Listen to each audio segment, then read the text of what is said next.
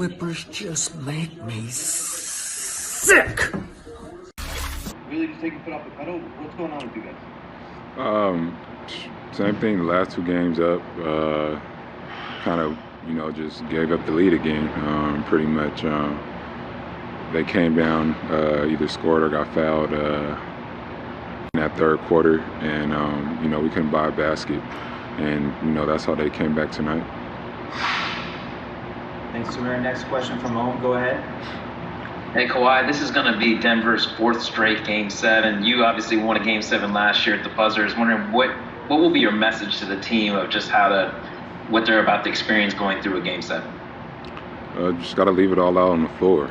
Make sure we are paying attention to detail, executing and communicating on the defensive end, and that's all we could do. Go out there, play hard, and just make sure we know the game plan. Kawhi, next question is going to come from Dan Wilkie, there with you in Orlando. What's the mindset heading into the next game? Is it focusing on the things that you did to beat up 19 tonight, 16, maybe Game 5? Is that what the focus needs to be, or does it need to be on stuff that didn't happen? I think it's both. Just seeing how we got there, and how we let it go, and you know what I mean? We got one game. Just got to leave it all out there. That's all we could do. Next question comes from Dylan. Go ahead, Dylan. Kawhi, just for the lack of a better term, did you guys just choke there? Just went cold. We went cold in that third quarter. That's it. We kept getting to the paint, passing the ball, got a little stagnant, and we just couldn't make shots. Kawhi, next question is coming from Malika, there with you in Orlando.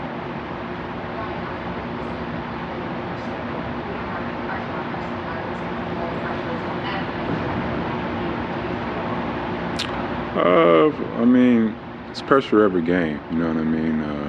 Obviously, nobody wants to go home, but just got to go out there, play a game, and just live with the results as long as you're, playing hard and attention to detail, and just make sure you have fun and relax, and that's all we could do. Next question from Cameron.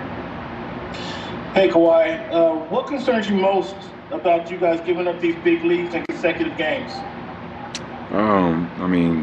Both. That third quarter, I think they outscored us 16-34. So, we got to try to play defense without fouling. Limit them their open looks from the three, and just try to get some offense going. That's what happened in that third quarter, and they pretty much gave up the lead. Next up is Andrew. Go ahead. Kawhi, when lost leads have been something that's followed this team all year, I guess what can you guys do in the next 2 days to not let something like this happen again?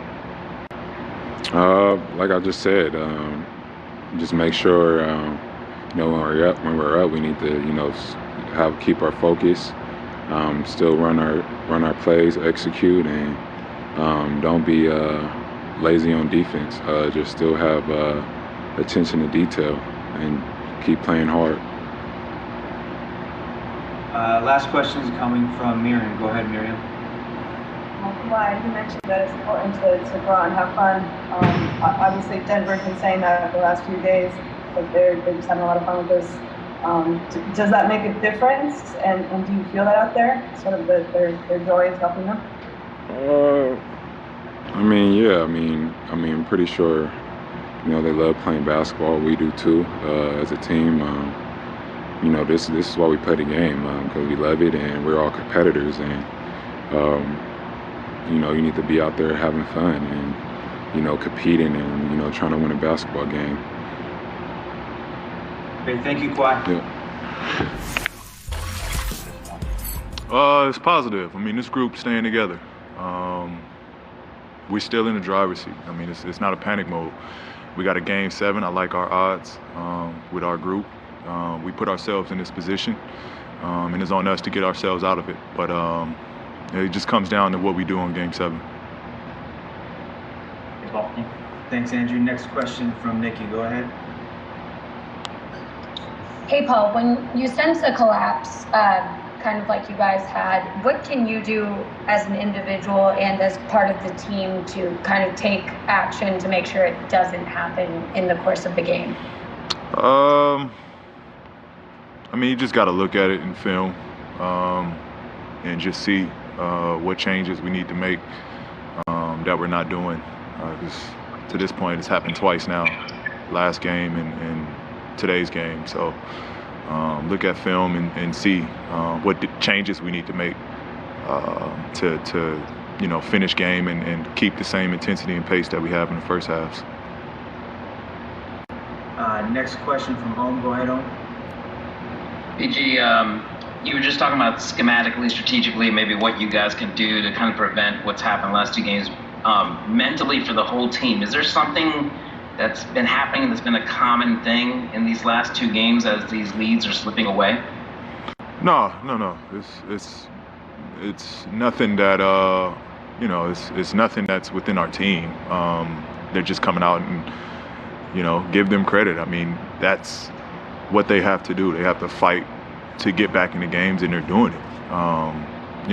They're not quitting. It's on us to put the games away more than anything. I mean, it's their job to continue to keep fighting, and they're doing it. So it's on us to just put these games away. Omer, go ahead. Hey, Paul, after Game 4, you said that you guys really wanted to put them away, not give them any life. This is going to be Denver's fourth straight Game 7, two of which they've won. I'm just curious, how much more dangerous are they going into this game, and I guess level of confidence for you after these couple games? I mean, it's not that we don't respect them. We respect the opponent. They got this far for a reason, and they've been together for a while, so they're a connected group. So I mean, they've been here. Like you said, they've been a part of a lot of Game 7s. And this team, they fought. They've been fighting all year. They've been fighting for a while together. This group's been together. So I mean, we know what we're up against. Again, we have the utmost respect for them as opponents. But I like our chances. I like our odds. I like what we have. Again, it's on us to finish this out. Go ahead, Claudia. Paul, Denver had great defense, especially Gary Harris. How difficult was this to deal with? I mean, they play a great team defense from a standpoint. They help, they load the paint, they help each other, and they play with their hands. They rely on each other. They help each other out, and they got each other's back defensively. They're constantly in rotation and scrambling around. It's more so their team defense. PG, next question will come from Dan with you in Orlando. You guys have been good enough to really big leagues. It's not just one season. It's you've created fans. Is there a toughness required in those ones? I guess what is that for you? You work so hard to get to the game. I mean, it's pace and tempo.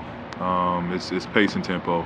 They're playing at a higher pace in these third and fourth quarters than we are.